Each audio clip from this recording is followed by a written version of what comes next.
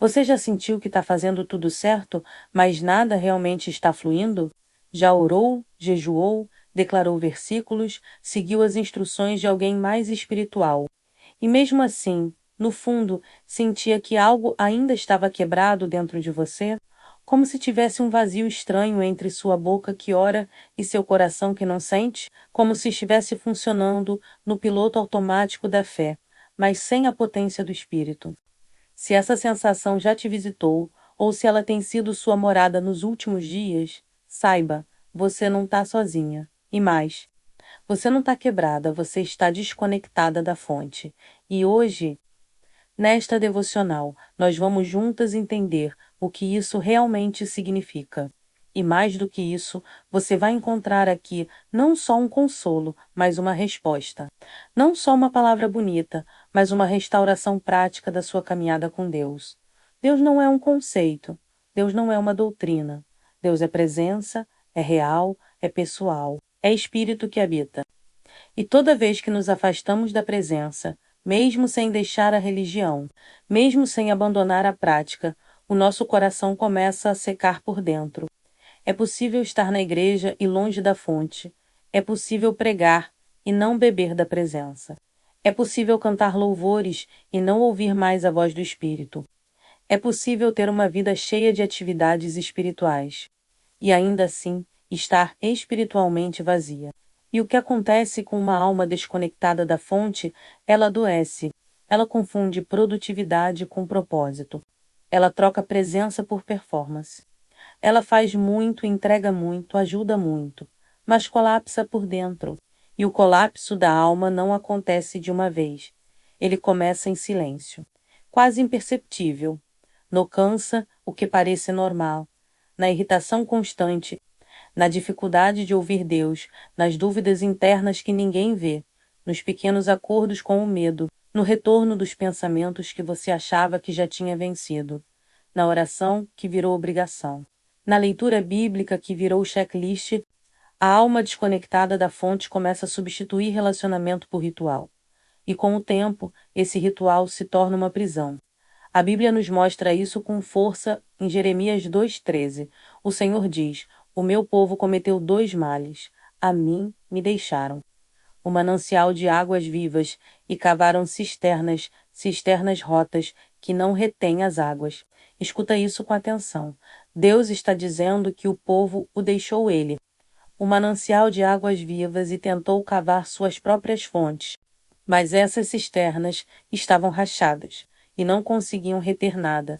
Em outras palavras, você pode até tentar se preencher com outras coisas, mas nenhuma delas vai saciar a sede da sua alma, porque só a presença de Deus tem estrutura eterna para sustentar a sua identidade, o seu propósito e a sua paz. O problema é que muitas vezes nós não percebemos que nos afastamos da fonte, porque continuamos na rotina espiritual. Mas rotina sem intimidade é religião. Atividade sem relacionamento é vaidade. Você pode estar cheia de tarefas, mas vazia de vida. E essa vida só vem da fonte, só vem do Espírito. Quando Jesus encontra a mulher samaritana em João 4, ele fala algo que muda tudo.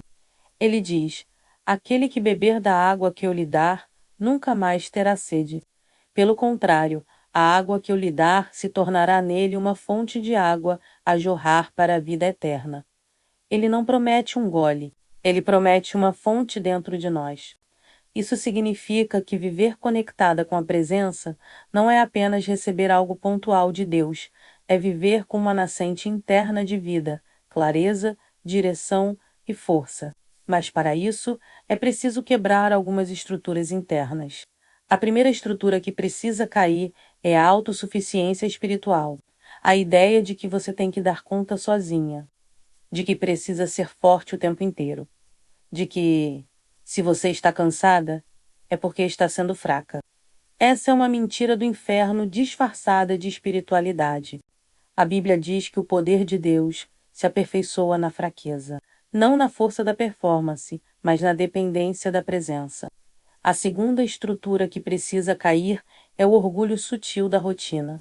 Quando você se acostuma tanto a fazer tudo para Deus que esquece de estar com Deus, você ora, mas não ouve. Lê, mas não se alimenta. Fala, mas não sente. Age, mas não flui. E o pior, começa a normalizar esse estado.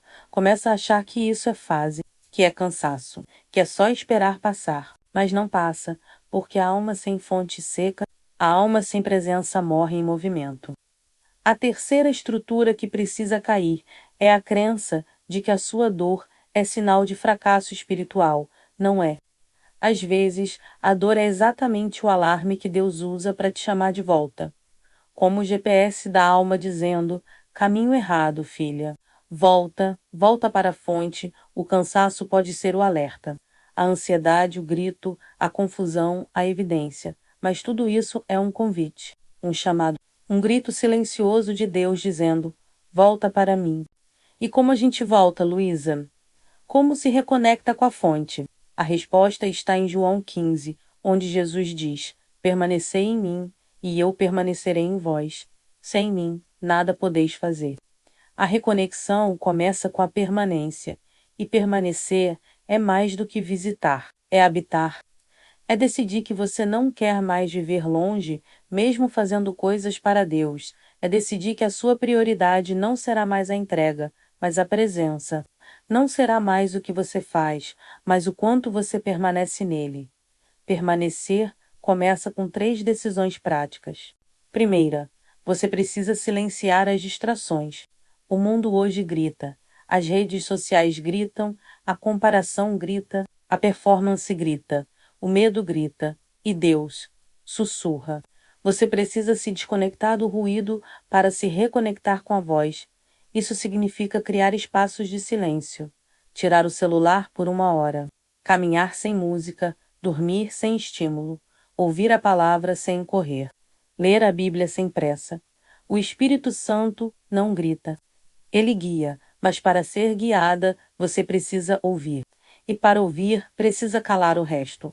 Segunda decisão, você precisa trocar cobrança por rendição. Em vez de se culpar por estar distante, reconheça isso como um convite para voltar. Em vez de se exigir mais esforço, entregue mais espaço. A espiritualidade não é um currículo, é um relacionamento. E Deus não está esperando sua performance, Ele está esperando sua presença. A cura começa quando você para de lutar sozinha e começa a se render com verdade. Terceira decisão: volte ao primeiro amor. Lembra quando você conheceu Jesus de verdade? Quando a presença era mais importante que os planos. Quando o choro no quarto valia mais que o feed no Instagram. Quando a Bíblia parecia viva. Quando o louvor fazia sentido. Quando você tinha fome. Essa fome ainda está aí. Só está adormecida. Mas hoje ela pode ser despertada.